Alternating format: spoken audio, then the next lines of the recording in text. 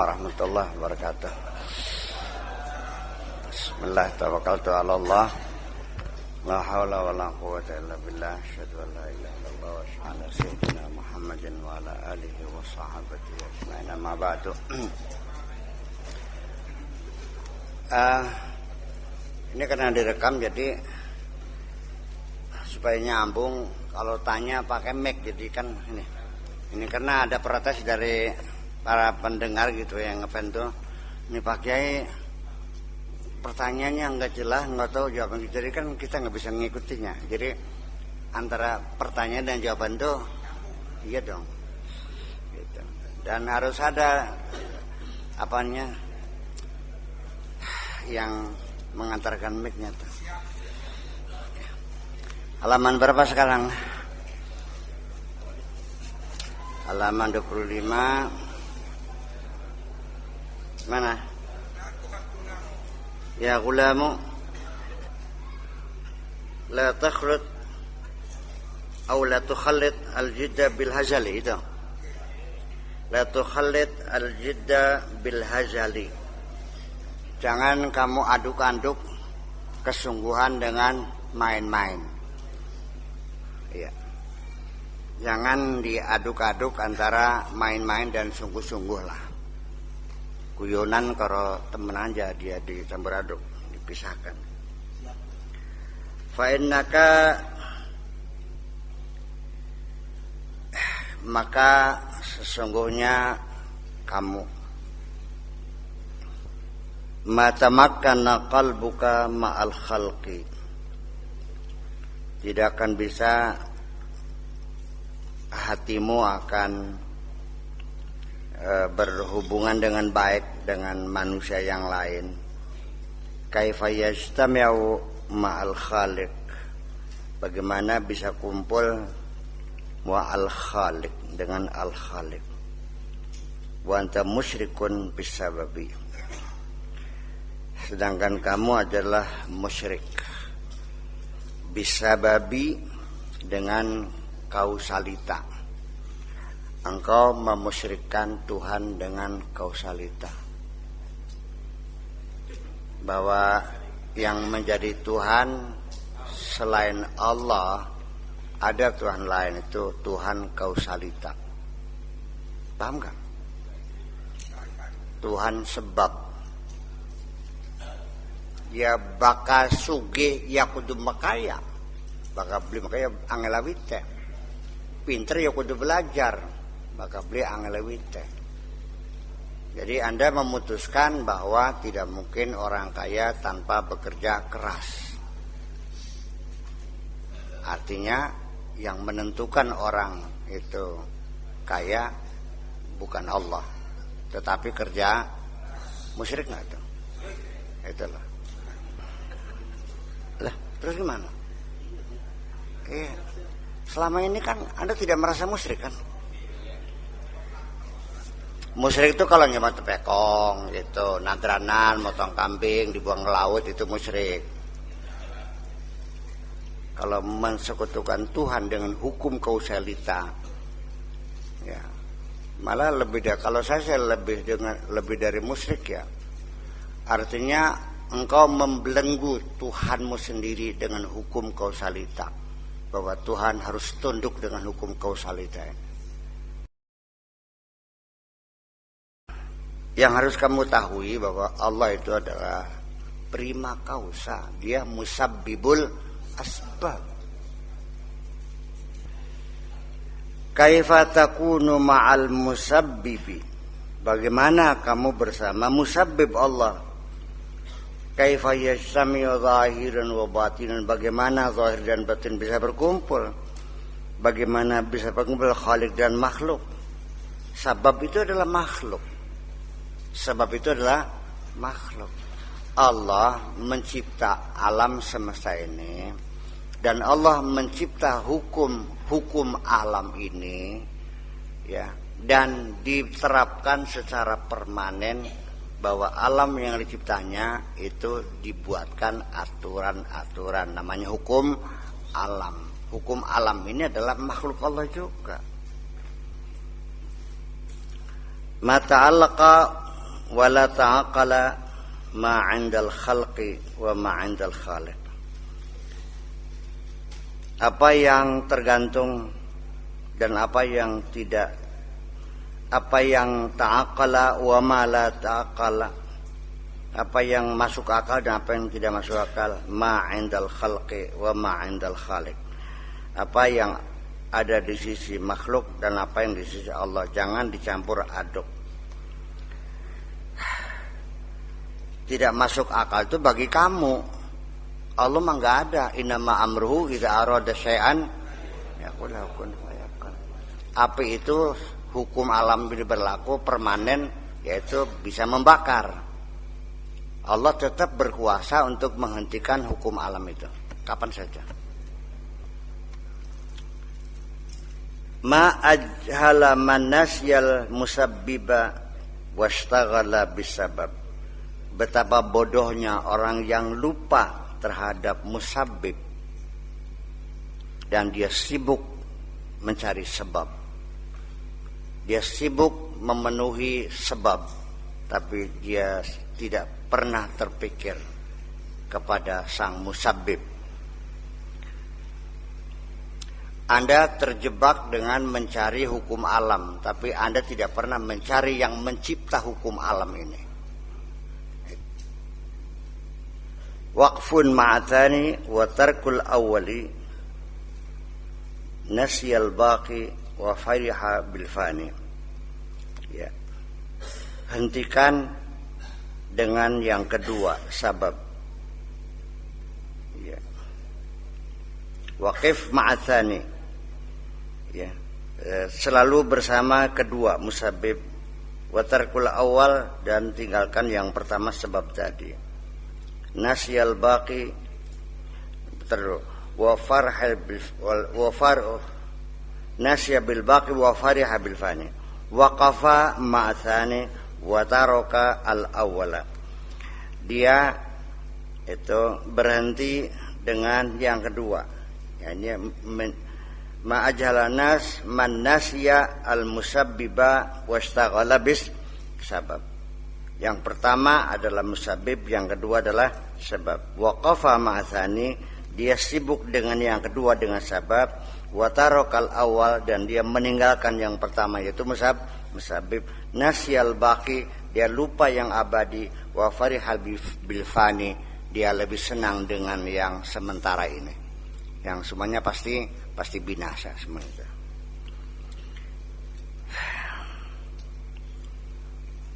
Sibuk ngurusi dunia baik, akhiratnya kelalen. Ya gulamu tashabul juhala fayata'adda ilaika min jahlihim. Atau tasahubul juhal, bisa tasahabat. Ini begini. Ini Syekh Abdul Qadir Jailani ngaji, muridnya mencatat, paham nggak? Jadi redaksinya murid-muridnya, gitu. Jadi ya kalau tidak enak ya maklum aja lah. Jadi sepinter-pinternya ya kita benar nih titik ini koma ini kita sangat perbaiki aja. Atau tashabul juhala, kamu ketika engkau bersahabat, berteman dengan orang-orang bodoh, fayata'adda ilaika min jalihim, enggone sira ketularan goblok ge. Gitu. Kalau kamu berteman dengan orang-orang bodoh, nantinya kebodohannya menular gitu. Melu goblok kirane kon. Bukan. Ketika Anda banyak bergaul dengan para pengusaha, Anda akan mendapat ilmu tentang usaha. Kalau Anda banyak bergaul dengan maling, Anda pinter nanti nyolong nanti. Sohbatul ahmaqi sohbatul ghabdin. Bersahabat dengan orang tolol yaitu sama dengan bersahabat dengan goblok, sama. Tolong mau goblok kakak dia aja lah. ishab al-mu'minina al-muqinina al-alimina al-amilina bi'ilmihim. Bersahabatlah dengan orang-orang yang beriman. Ya, luru batur wong bener nang. Ya, cari teman orang yang beriman. Al-muqinin, yang orang yang punya keyakinan. Al-alimina, yang punya ilmu pengetahuan. Al-amilina, yang bekerja mengamalkan ilmunya, bukan orang nganggur. Ya, bi'ilmihin, dengan ilmunya tadi. Ma ahsana ahwalal mu'minin, betapa hebatnya keadaan orang-orang beriman fi jami' tasarrufatihim, karena orang beriman ini ya semua perilakunya, tingkah lakunya baik kok. Ya, terkendali semuanya itu. Ma aqwahum ala mujahadatihim wa qahrihim linufusihim wa ahwiyatihim. Betapa mereka menjadi orang-orang kuat untuk bermujahadah dan untuk menindas nafsu mereka dan hawa nafsu mereka. Walihadza qala Nabi sallallahu alaihi wasallam, untuk itu Nabi bersabda, bisyrul mu'minina fi wajhi wa husnuhu fi qalbihi. Orang beriman tuh ya wajahnya tersenyum, manis wajahnya. Kesedihannya disimpan di dalam hati. Wa huznuhu fi qalbihi. Orang mukmin itu mukanya selalu berseri-seri, senyum gitu. Di dalam hatinya kesedihan. Hadza min quwwatihi. Inilah dari salah satu kekuatan orang beriman. Qudira ala an yudhiral bisyara. Dia mampu untuk tampil bahagia, tampil senang.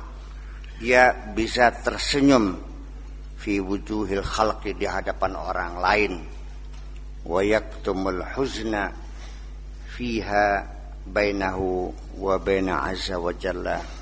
Tetapi dia bisa menyembunyikan kesedihan ya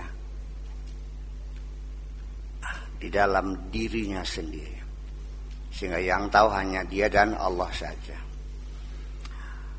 Orang beriman tidak pernah bercerita tentang kesusahan dirinya kok. Bagaimana, sehat? Alhamdulillah. Sudah makan? Alhamdulillah. Alhamdulillah. Gimana orang-orang berutang semua? Alhamdulillah. Sawahnya jadi nggak kena kelawar nggak? Alhamdulillah. Ya itulah. Artinya begini, kita belajar untuk tetap elegan di hadapan orang lain. Kita tampil perkasa, kita tampil riang dan gembira, ya. Jangan kau tularkan kesedihanmu, kesusahanmu kepada orang lain. Ya, udah sembunyikan saja kesusahan kamu itu. Hammuhu daimun. Keinginannya untuk terus bertahan, tak tergoyahkan, daimun, abadi. Kathiru tafakkuri, banyak tafakkurnya. Kathirul buka, banyak nangisnya. Qalilul dhahki, sedikit ketawanya. Walihadza qala Nabi sallallahu alaihi wasallam, la rahata lil mu'minin, tidak ada rasa nyaman bagi orang mukmin ghairu liqa'i rabbih, kecuali ingin bertemu dengan Tuhannya azza wa jalla. Nggak ada sesuatu pun tidak pernah nyaman di dunia ini kecuali ya pengen ketemu sama Allah, Bang. Banyak nangis, sedikit ketawa. Falyadhaku qalilan waliyabku katsiran. Shadaqallahul adzim. Nangislah yang banyak, ketawalah yang sedikit. Artinya hidup ini ya harus banyak prihatin lah gitu. Saya kira bukan ketawa bener ketawa ya. Artinya bukan nangis bener nangis. Artinya penuh prihatin lah, penuh waspada. Aja gerata gerutuk beli karuan. Iya, yang hati-hati gitu. Dari ini berkembang sampai ke persoalan-persoalan sejauh mana orang Islam mendapat hak untuk bersenang-senang. Saya kira salah paham. Orang beriman itu enggak disuruh susah. Semua umat manusia diciptakan ini diberi oleh Allah untuk silakan bersenang-senang, boleh, bukan untuk susah. Ya. Ma nazzalna 'alaikal Qur'ana litashqa. Quran diturunkan bukan membuat kamu supaya sengsara, tidak. Silakan walakum fil ardi mustaqarru wa mataun ilahin, silakan senang-senang aja boleh. Iya. Tetapi ketika orang itu paham bahwa dunia ini sementara, orang beriman ini sementara dan tidak pernah abadi. Yang abadi itu nanti, kehidupan setelah kehidupan dunia ini. Maka bagaimanapun senangnya seseorang pada kontrak waktu yang terbatas tidak akan mungkin akan berlebih-lebihan. Saya mau nanya, orang sakit kanker serviks sudah stadium 4, kata dokter paling lambat 6 bulan lagi kamu mati. Mungkin gak dalam waktu divonis hidup tinggal 6 bulan lagi, bisa gak bersenang-senang? Pucat kok. Betul gak? Pucat. Rai ke langkah geti ya kan. Marketing kita kepakai masih bisa urip beli kita, ya bisa. Kayak dokternya Pangeran Bah. Ya gitu. Ya artinya uang berlimpah, harta berlimpah, nggak ada artinya. Orang beriman pun ketika dia sadar bahwa jatah waktu terbatas di dunia ini, tidak mungkin dia akan hidup berfoya-foya. Paling-paling mempersiapkan kepulangan kan. Iya. Jadi artinya bahwa dari pengertian ini lalu muncullah beberapa hadis yang salah tafsir lagi. Ad-dunya sijnul mu'minin wa jannatul kafirin. Salah paham lagi. Ini saya pikir-pikir hadis Al-Quran kok kenapa sih jadi tafsirannya molak-malik begitu tuh. Lalu dijadikan landasan bahwa dunia ini adalah penjaranya orang beriman, surganya orang kafir. Artinya di situ akhirnya justru salah pahamannya, dikiranya kalau ada orang beriman hidup di dunia susah, ya wajar. Kalau orang kafir hidupnya senang, ya wajar. Ingin surganya mereka. Jadi ini artinya seperti merekomendasikan umat Islam untuk siap-siap bersusah payah. Seperti dalam penjara sih. Padahal maksud hadis itu artinya bahwa orang beriman nih seberapapun dia kaya rayanya, katakanlah punya Lamborghini-nya 4, Baby Ben S600-nya 7, pabrik Hellernya 50. Udah. Meja makannya 4 meter kali 8 meter meja makannya. Pembatunya 28. Udah. kehidupan kaya raya berlimpah harta seperti itu,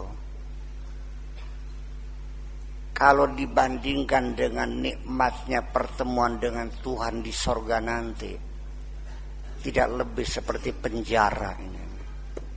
Itu maksudnya. Berapapun istrimu cantik jelita, di dunia peyot mangsa urunga.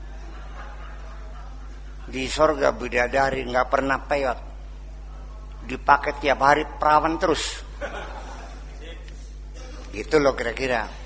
Jadi berapapun orang beriman itu mendapatkan kesenangan di dunia, ketika dibandingkan dengan kesenangan di akhirat, tidak lebih seperti penjara.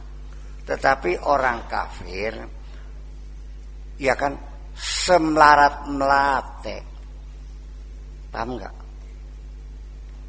Sampai tekang mangan beli uruk, kelambi mung siji dibaso dipepe nongoni garing ngumpet ini kamar.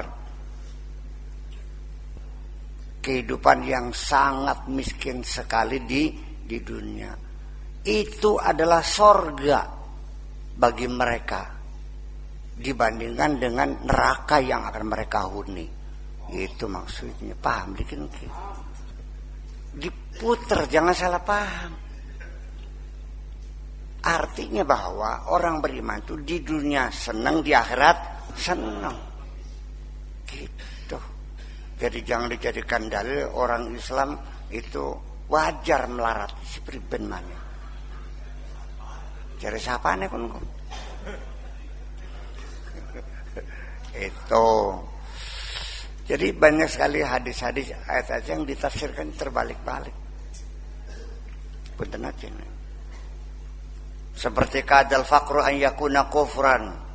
Kefakiran mendekati kekufuran. Jadi kalau orang miskin dekat kufur gitu. Kalau orang kaya jauh. Jujur kan gitu. Kalau fakir dekat kekufuran. Kalau kaya jauh terdekat. Lebih dekat lagi. Enak baik. Orang yang berpotensi melakukan kejahatan itu orang kaya. Bukan orang miskin. Orang miskin punya uang 5.000. Mungkin enggak dia mampir ke cangkingan? Mungkin enggak ke diskotek Flamingo? Bisa enggak orang miskin main judi di Las Vegas? Malah justru wa idza aradna an nuhlika qaryatan amarna mutrafiha fa fasaqu fiha. Orang kaya berpotensi untuk merusak dunia ini. Ketika Allah hendak menghancurkan satu negeri, maka dibiarkan orang kaya berfoya-foya. Jadi mana yang lebih dekat? Nah, itulah maknanya kefakiran di sini dekat dan kufuran itu bukan kufur tidak percaya, mananya gelap mata, bakal terpaksa ya nyolong aja me uang kone, iya kan buat makan. Jadi kufur di sini artinya gelap mata, makanya beginilah. Ini kajian linguistik ini kita membongkar semua kesalahan. Menafsirkan orang kesalahan itu dibongkar semuanya. Sebab kalau tidak begini, terminologi itu adalah membangun satu persepsi. Nah, kalau definisi sesuatu itu tidak dipahami dengan betul sebagai satu langkah awal persepsi, maka konsep yang Anda bangun berikutnya pasti salah. Lalu konklusinya, implementasinya, aplikasinya salah semua. Ini hampir sepakat orang Islam ini bahwa kufur itu tidak percaya kepada Tuhan. Ya kenapa? Dari mana datang definisi itu? Nah itulah persoalan. Saya jawab pentingnya. Yang membuat definisi orang kafir, orang tidak percaya kepada Tuhan itu dari mana definisi ini? Iblis Percaya nggak kepada Allah? Kenapa disebut kafir? Iya. Iblis percaya nggak kepada Allah? Percaya.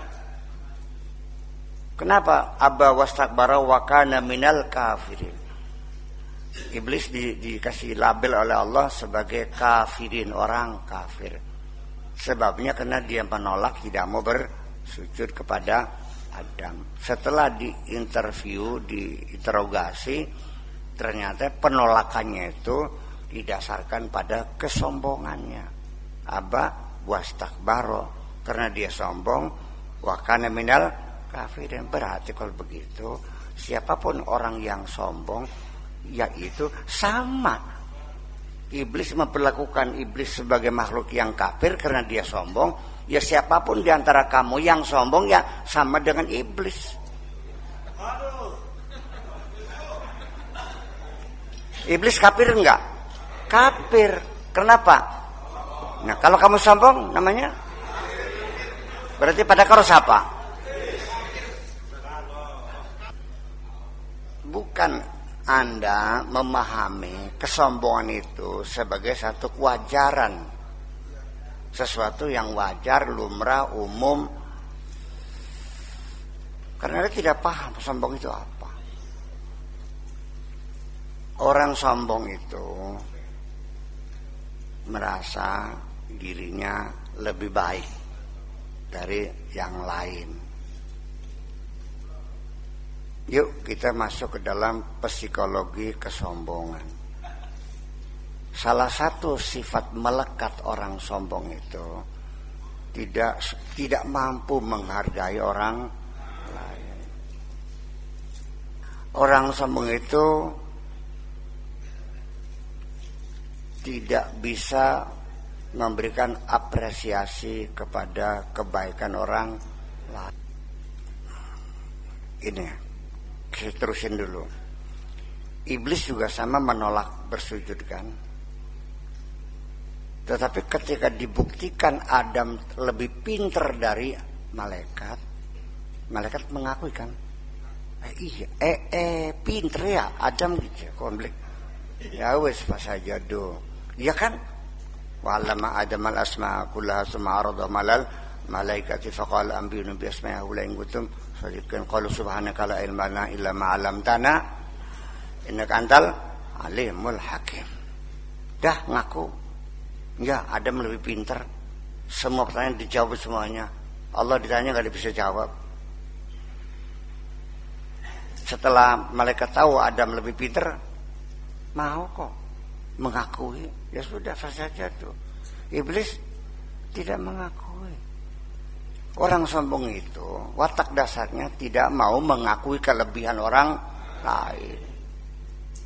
Sekalipun kamu sudah jadi kiai, ketika saya memuji, menghormati, memuji, menyanjung seorang kiai muda, saya katakan pinter, hebat. Lah pecalingi sore. Bermodalnya kedergan. Ya kenapa? Iya. Sudah jangan wongkerwu. Itu muncul dari sifat sombong.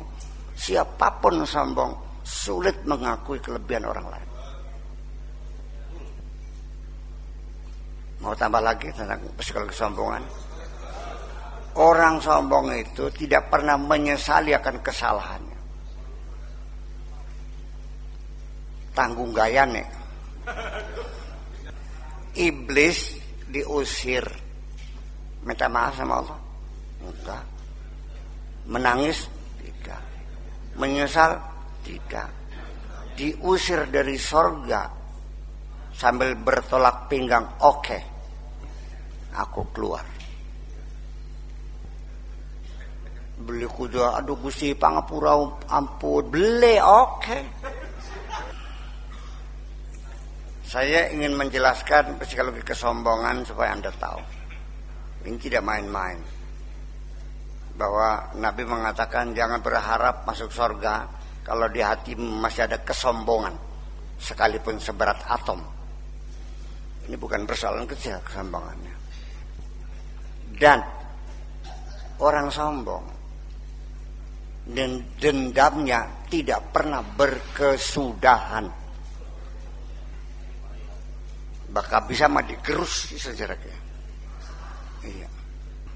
Udah sampai ke anak cucunya, dendamnya terus berlanjut.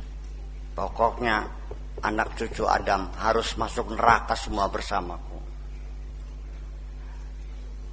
Apa kata iblis? Fabima aghwaytani la'aqudannahum siratakal mustaqim.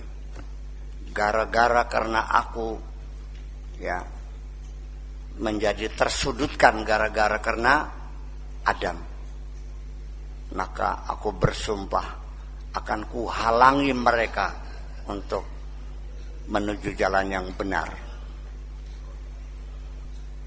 Artinya bahwa orang sombong itu sangat mudah menyalahkan orang lain. Masih tambah lagi? Perlu tambahan? Supaya paham sombong itu apa sih? Sirama sombong ya nggak kayak geblok. Orang sombong ini sulit untuk ditegur. Dia tersinggung.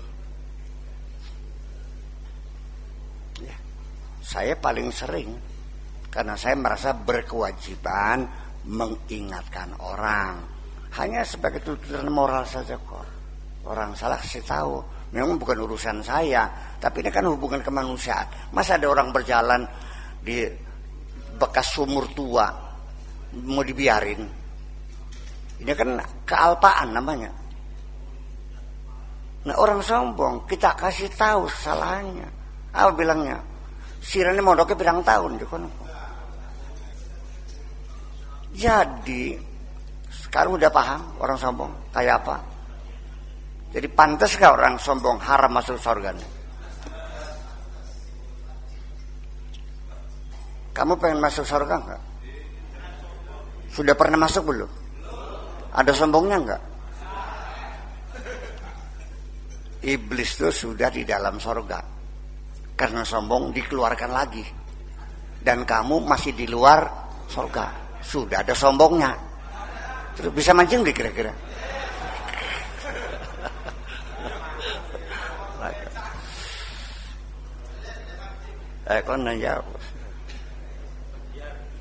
Jadi irti apa? Anda meremehkan itu karena Anda nggak paham. Saya juga kadang-kadang saya ini seperti kesombongan yang tidak dipahami orang. Saya sering merasa diremehkan orang. Hanya kebetulan saya tidak tersinggung karena saya sudah siap untuk di apapun. Saya tidak pernah menuntut penghargaan. Ya kan begitu. Pak Taufik juga mungkin karena nggak tahu ketua DPRD diremehkan, sialan nggak tahu ya gue ketua DPRD kan bisa terjadi. Ya itulah karena tidak tahu maka akhirnya meremehkan. Ya minimal ya nggak usah harus cium tangan, minimal lah katakanlah selamat pagi Pak, gimana sehat kan, minimal kan begitu. Minimal cuekin aja ya kata. Ya itu kan salah satu macam itu.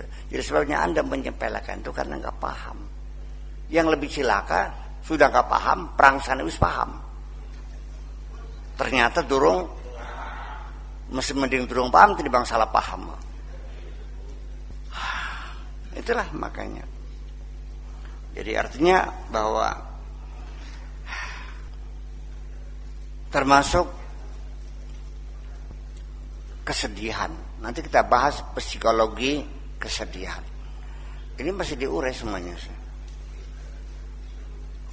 Gejala-gejala jiwa yang lewat di hatimu itu nggak pernah disapa, nggak pernah ditegur, nggak pernah diidentifikasi.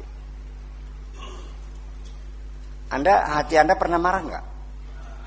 Pernah nggak Anda mengidentifikasi kemarahan? Itulah sebabnya. Ana wong bolak-balik dengar penisir. Ditakon begini. Tuh sira wong di ana apa? Perlu apa kan? Ini kemarahan di dalam hatimu yang tiap hari bolak-balik nggak pernah diidentifikasi sih? Aneh juga sih. Al-mu'min yasturu huznahu bibishrihi. Orang mukmin itu menyembunyikan kesedihannya dengan senyuman. Orang beriman itu menyembunyikan kesedihannya dengan senyuman. Zahiruhu yataharraku. Zahirnya bergerak dia ini. Fil kasabi, mencari usaha, bisnis. Zahirnya mah bergerak, berbisnis. Wa batinuhu, tetapi batinnya sakinun, tenang. Ila rabbihi azza wa jalla, kepada Allah subhanahu wa ta'ala. Zahirnya dia sibuk aktivitas sehari-hari, luar biasa, usaha, bisnis segala macam, tapi batinnya damai dan tenang bersama Tuhannya. Zahiruhu li'iyalihi, zahirnya secara lahiriah semua yang dia miliki untuk keluarganya. Wa batinuhu li rabbihi azza wa jalla, tapi batinnya untuk Allah saja.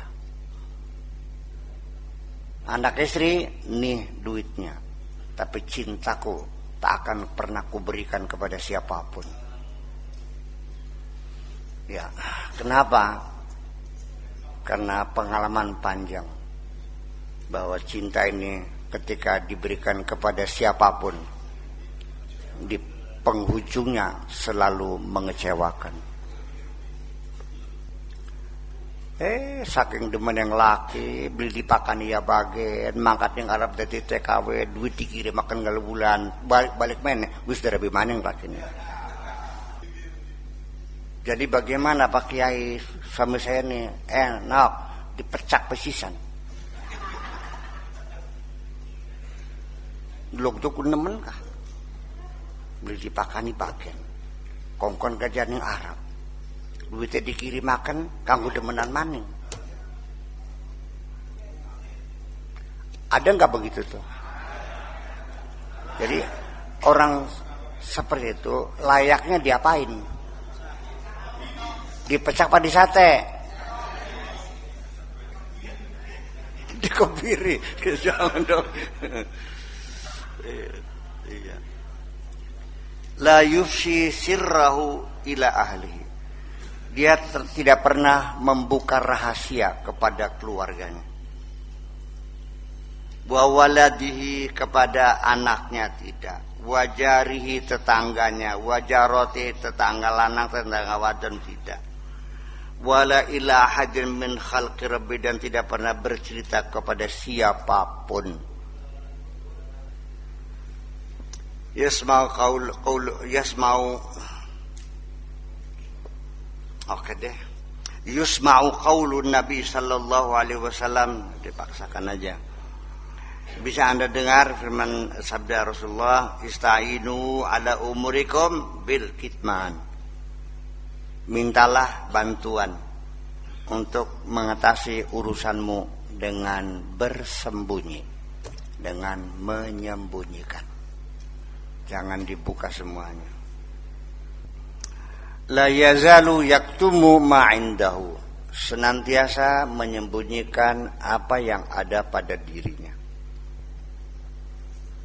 Fa in ja'atu ghalabatun, kalau dalam keadaan terpaksa, au tamat min lisanihi kalimatun, atau juga tidak diduga meluncur kalimat dari mulutnya, keseletot barangkali. Ya, apa keseletot tuh? Kepleset gitu. Salah ngomong. Keceplosan. Bahasa Indonesianya apa? Oh, keceplosan bahasa Indonesianya. Fayatadarakul amr, segera diselesaikan, diselesaikan. Wa yughayyiru, dan lalu merubah li'ibaratin, dengan diperbaiki kalimatnya.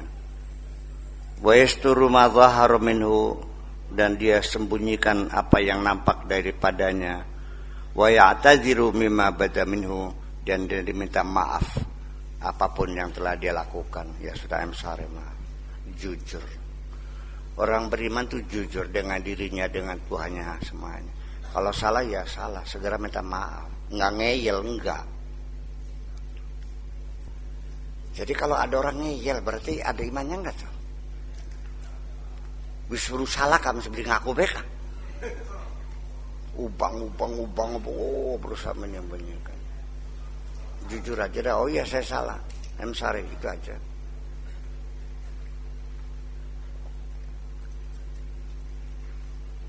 Tapi di masyarakat barat, di Inggris, di Belanda, di Perancis, mana aja, mereka tuh paling mudah untuk meminta maaf tuh. Oh baik, benar, oh sorry, segera datang mas. Dan kalau ada bawahan menegur, kemudian ditanya why, apa nak, diterangkan begini-gini. Oh dia senang dipeluknya. Kok bisa?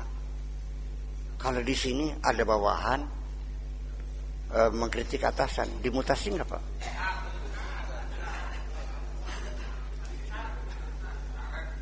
Ini kan kepribadian, membentuk kepribadian. Dari mana terbentuknya kepribadian semacam itu? Itu dari situasi, kondisi, sejarah, peradaban yang ada di sekitar kita. Di negara yang sudah lama hidup berdemokrasi, itu sudah boleh kata nggak ada orang yang muter-muter menyembunyikan kesalahannya itu, terbuka. Sejak kapan terbentuknya watak-watak munafik? Yaitu ketika kondisi politik dicengkram dengan segala kediktatorannya, sehingga semua harus berpura-pura. Di situ terbangun sifat kemunafikan itu. Iya. Orang tua yang otoriter, anaknya pendusta semuanya, diberikan terus. Yuk kita uji.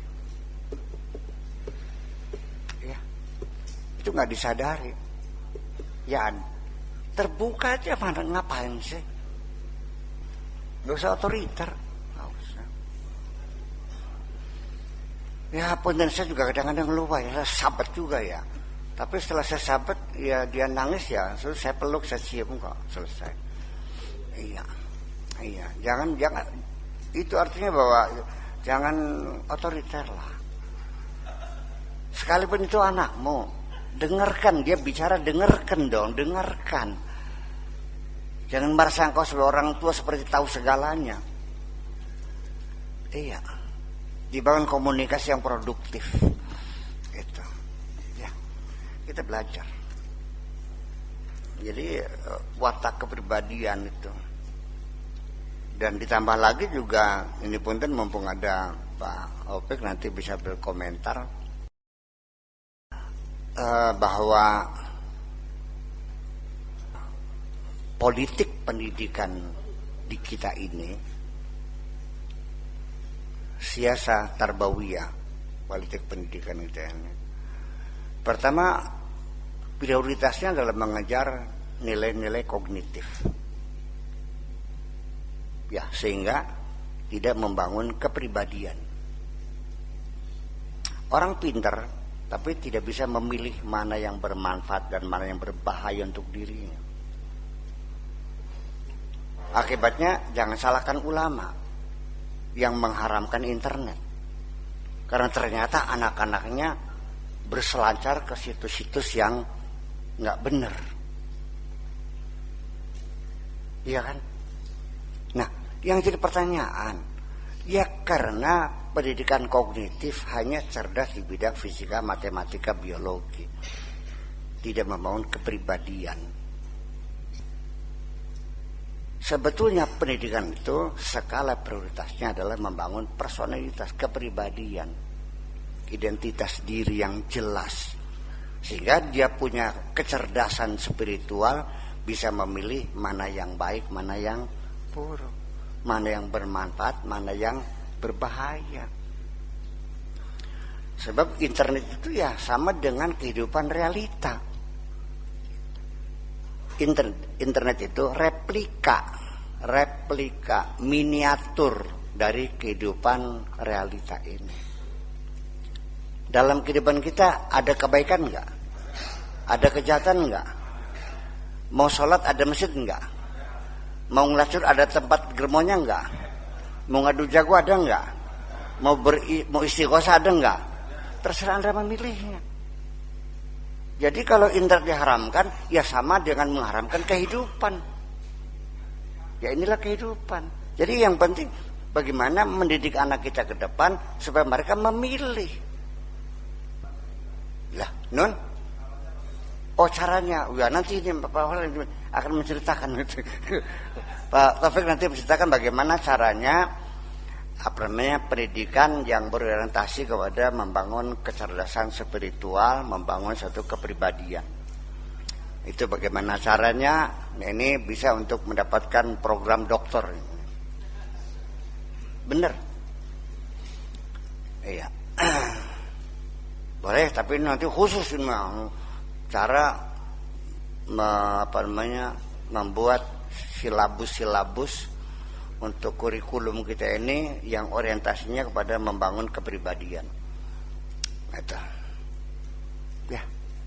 Itu. Makanya. Jadi ya kembali lagi sesungguhnya kita gini. Saya melihat bahwa majelis taklim, istighosah, jamiahan, ya kan, arisan apalagi ya, itu saya melihatnya madrasah ini sebetulnya, madrasatul hayat, madrasah kehidupan. Kita mendapatkan ilmu pengetahuan itu lebih banyak dalam gaul di majelis taklim, di pengajian, di seminar, di lokakarya, di ke seminar, talk show, talk song, workshop ya, dan sebagainya. Iya. Ya bisa saja Anda ngaji di sini 2 jam. Ya. Itu sama saja Anda bisa membaca 10 kitab. Ya, ada kita ada. Iya. Itu. Ini madrasah semuanya. Ini juga tidak dikelola dengan baik sebetulnya. Ya, itu seperti itu. Jadi dalam kerangka itulah maka saya tinggal harapan dari jalur keimanan itu mungkin kita bisa membangun kepribadian. Iya. Tetapi ada salah yang satu lagi. Kadang-kadang kita membangun iman yang kira-kira paradigmanya berlawanan dengan paradigma yang sudah mapan di masyarakat, itu penuh dengan curiga. Jujur aja, sekalipun saya belum pernah dihalalkan darahnya, belum. Ya, paling yang masih dipertanyakan mazhabnya beli jelas. Iya, banyak sekali. Ketika saya mencoba untuk mengorek gitu. Udah seperti itu. Ya gulam, ij'alni mir'ataka, jadikanlah aku sebagai kacamu. Ij'alni mir'ata qalbika, jadikanlah aku sebagai kaca hatimu. Wasirrika, dan rahasiamu. Mir'ati a'malika, dan juga kaca amalmu. Udnu minni, dekatlah ke sini. Fa innaka tara fi nafsika ma la tarahu ma'al bu'di anni. Karena engkau akan bisa melihat di dalam dirimu sesuatu yang tidak bisa dilihat dari kejauhan.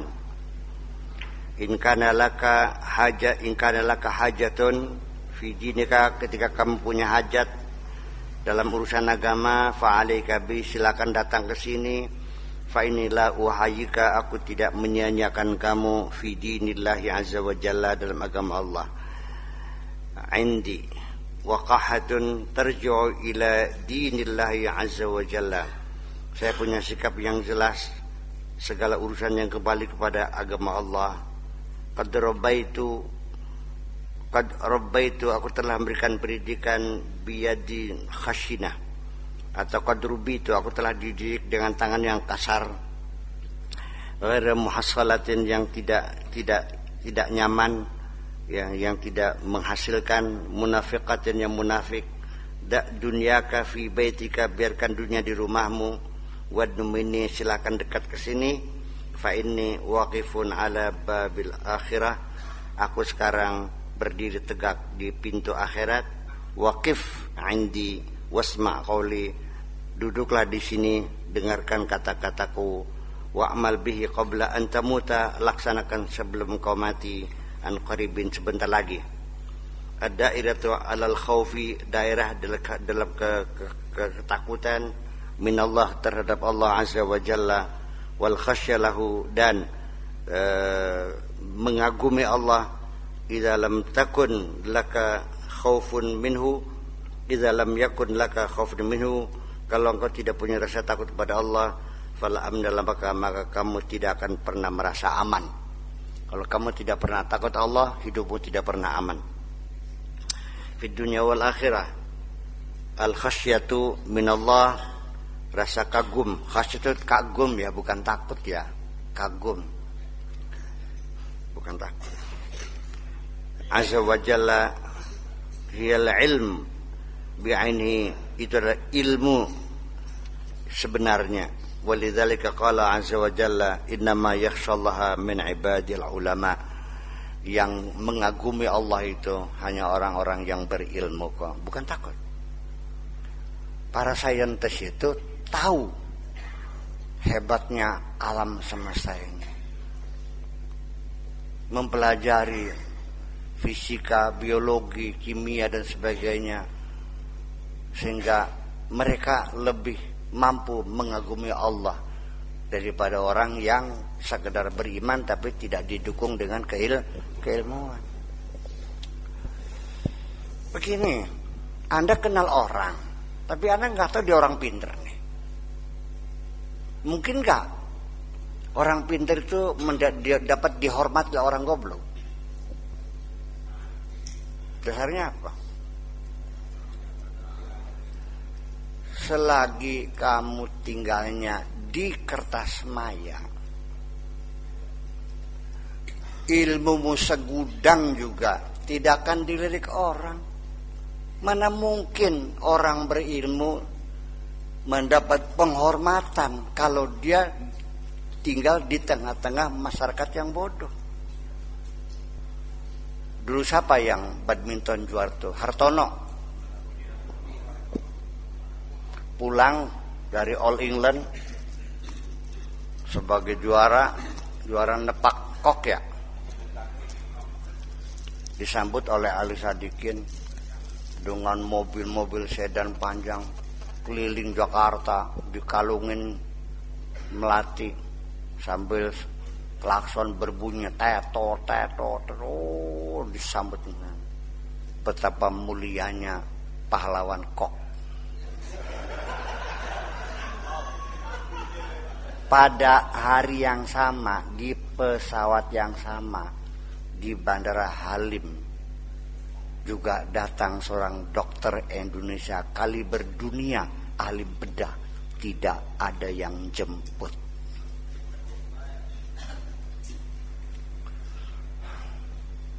Ya, saya sastrawan. Karena saya di tengah-tengah masyarakat yang tidak paham sastra, apa saya ada penghargaan? Ya enggak. Non? Selama saya pulang di Indramayu, Ada nggak orang yang nanya tentang teater? Ada nggak nanya Pak Kiai bagaimana cara membangun personalitas seorang lakon dalam teater supaya betul-betul hidup seperti makhluk hidup yang nyata, punya perasaan? Bagaimana kita buat dialog teater itu bagus pakai bahasa Indonesia atau bahasa lokal? Nggak ada yang nanya. Nggak dina takoni hukum baik. Jadi saya ini akhirnya lama-lama jadi kiai juga. Siapa yang bikin kamu yang bikin jadi kiai ini? Iya kan, karena setiap hari pertanyaan tentang hukum-hukum aja. Ya itu juga alhamdulillah. Itu artinya caranya Allah mengajar saya ya seperti ini. Yaitu ini, saya dihujani. Ya. Persoalannya begini Bu ya. Ini Apanya? ada persoalan Ya. dari saya Bu ya. Iya. Nah, barangkali untuk ke depan artinya bahwa agama Islam itu masih bisa diterima tidak untuk kalangan Masih bisa untuk diterima tidak untuk kalangan orang yang berilmu. Sementara minimalnya kan harus sejalan dengan keilmuan. Oh iya, terus Sementara pada kasus gereja kepada agama yang lain, katakanlah gereja Katolik Roma, mereka mengatakan bahwa agama itu kan dogma. iya. Berbicara dengan agama atau berbicara dengan Tuhan itu adalah proyeksi daripada manusia. Terus Itu Yang sebagai manusia, martabat manusia itu direndahkan. Ya kan, jadi berpikir bahwa yang namanya agama itu sebagai pelarian. Karena apa yang dicari di dunia surga tidak ketemu, mengharapkan surga di akhirat. Inilah bentuk daripada kekerdilan cara berpikir Bu ya.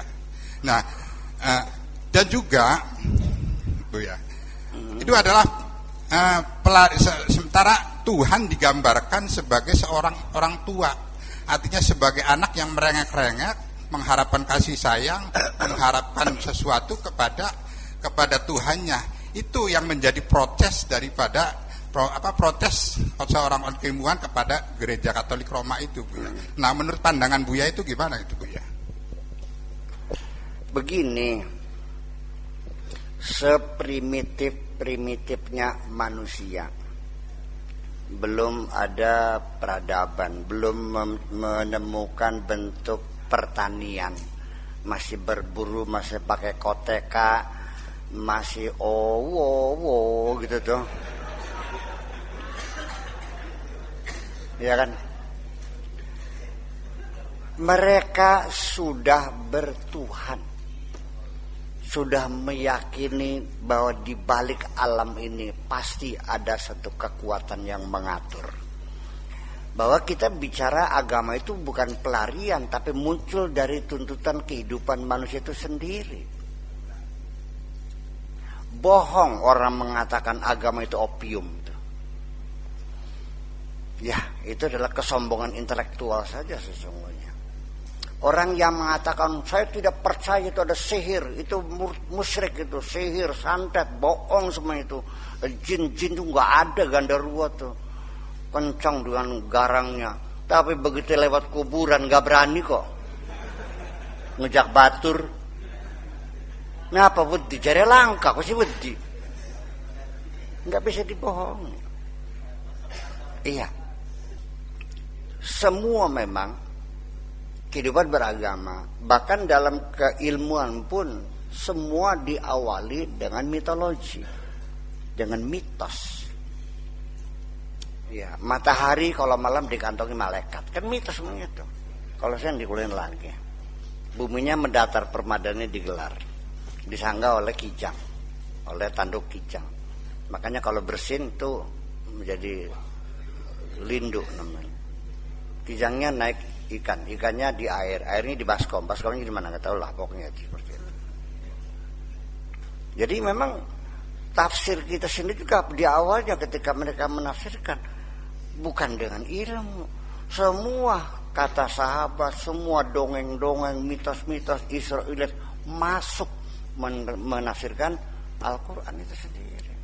Baru terjadi seleksi sampai sekarang menjadi ilmu yang ya kita kagumi ya itu, dan masih belum selesai juga, masih banyak Jadi artinya bahwa ilmu begini, ilmu dan iman ini dua hal sejoli yang akan indah ketika mereka dikawinkan.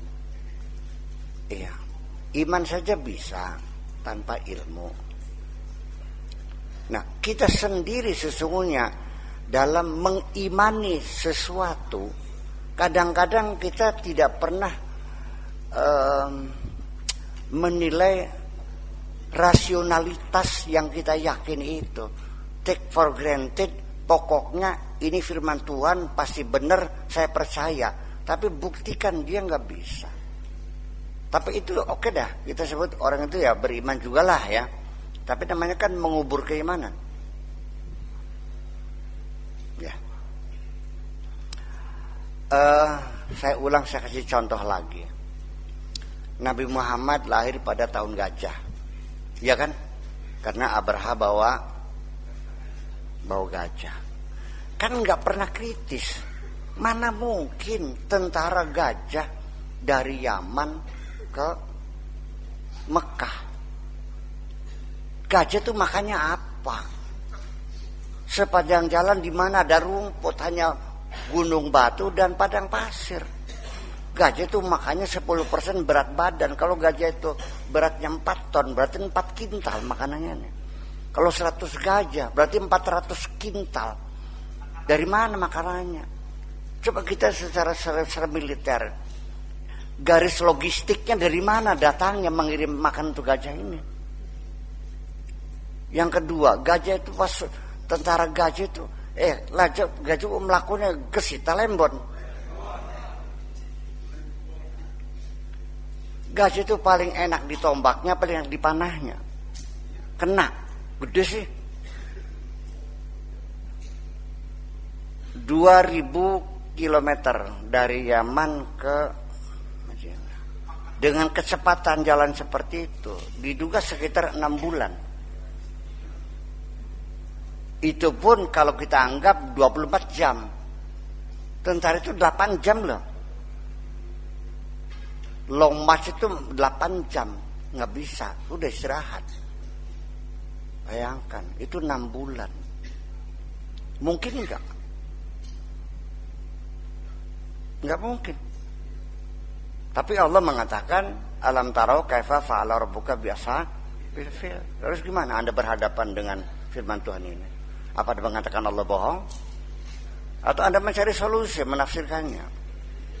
Saya katakan, coba dianalisa. Kalau Anda sudah yakin ini benar, terus dasarnya apa? Ya pokoknya, ya sudah, kalau pokoknya selesai. Iya. Sekarang kan kita coba begini. Ini kan bisa kita tafsirkan ulang lagi. Daripada kita tafsir yang sebanyak itu, kita tafsirkan ulang lagi. Karena ini tidak rasional, maka coba kita tafsirkan. Tentara gajah itu tidak mesti tentaranya naik gajah, enggak mesti. Namanya tentara gajah. Pasukan elit di Rusia juga itu pada pasukan beruang coklat. Itu tidak mesti mereka naik beruang. Tentara Siliwangi itu bukan tentara naik macan, tidak. Selesai kan? Nah, coba kita mencoba merasionalisasikan teks-teks agama seperti itu. Masih banyak dalam Al-Quran yang perlu kita ungkap kembali. Nah, di sini yang jadi persoalan kadang-kadang tradisi. Jadi bukan agamanya, tapi tradisi orang yang beragama apa saja itu ada satu anggapan umum, terutama kalau kita di dalam pesantren, itu sangat kurang ajar kalau kita mengkritik kitab yang sedang kita baca. Betul nggak? Ya, baca kitab Imam Syafi'i. Ini Imam Syafi'i ini alasannya lemah begini. Wah, diserat Al-Baqir sih. Coba tidak terjadi di masyarakat pesantren itu kritis seperti itu. Iya. Anda ngaji di mana? Boleh nanya sama kiai itu? Boleh nanya sama kiai? Nggak ada. Ya, yang seperti itu. Jadi semua ini begini. Rasionalitas itu kita bangun, ya kan gitu. Tetap kita tidak akan pernah bisa sempurna dalam kerja. Mesti ada beberapa hal yang kita tidak menemukan jawaban secara rasional. Nah, ketika kita tidak bisa menjawab itu, kita masukkan dalam kotak dogma. Titip sebentar nih, dogma, sementara dogma. Tapi bukan untuk selamanya. Ketika ada temuan-temuan ilmu pengetahuan yang bisa menjawab, ya kita angkat lagi menjadi rasional lagi, itu aja persoalannya. Jadi nggak usah membenturkan agama dengan keilmuan. Tetap pada akhirnya bahwa tidak mungkin Tuhan salah. Yang paling salah ada interpretasi terhadap firman Tuhan itu. Iya dong. Yang kuat, besar, seperti gajah gitu. Oh gitu. Jadi gimana? Cocok nggak? Setuju nggak?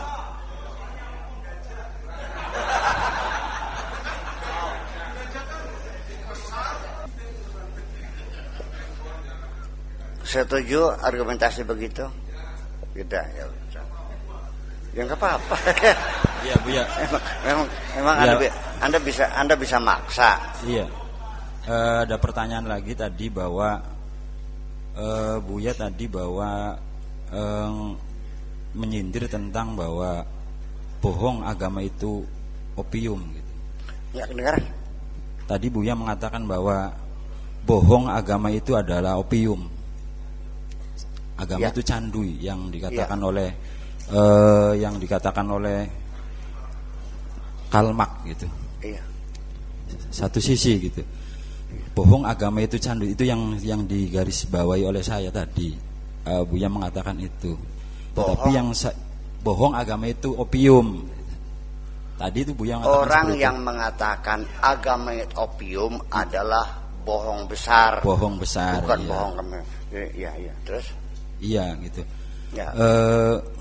Bahwa teori itu muncul dari sebuah realitas. Karl Marx mengatakan bahwa agama itu candu. Sebenarnya Marx ingin memunculkan agama itu menurut saya seperti hanya Buya realistis gitu. Agama pada waktu dulu itu sebagai alat kepentingan, sebagai keserakahan, sehingga Marx mengatakan bahwa agama itu candu sebagai bentuk evaluasi terhadap penafsiran agama atau orang yang beragama sebagai sebuah keserakahan seperti itu gitu. Pertanyaannya seperti itu. Satu, saya tetap setuju bahwa Marx itu bukan anti agama, tetapi dia ingin agama itu menjelma dalam realitas untuk mengangkat katakanlah keserakahan, mengangkat kesetaraan sosial. Dan kedua, pertanyaan saya bahwa bagaimana cara memahami apa yang disampaikan oleh Buya itu tentang terminologi. Buya mengatakan bahwa memahami terminologi itu tidak hanya kita ini melihat teks, tetapi di luarnya. Selain itu keilmuan juga. Selain itu saya ingin memahami terminologi yang disampaikan oleh Buya sangat kuat sekali, sehingga banyak orang yang terjebak dengan terminologinya Buya. Maksudnya rahasianya apa ini memahami terminologi yang begitu hebatnya? Satu sisi Sakinun tenang, pada satu sisi Sakinun adaptasi gitu loh. Contohnya gitu. Cara-caranya memahami terminologi. Pertanyaan kedua itu Buya. Oke, sebentar lagi. Iya, begini ya. Ini kan pertarungan kaum proletar dan borjuis pada zaman itu memang pergulatan antar agama juga ada, dan memang beberapa kepentingan kekuasaan materi itu kan dikemas dengan agama ya.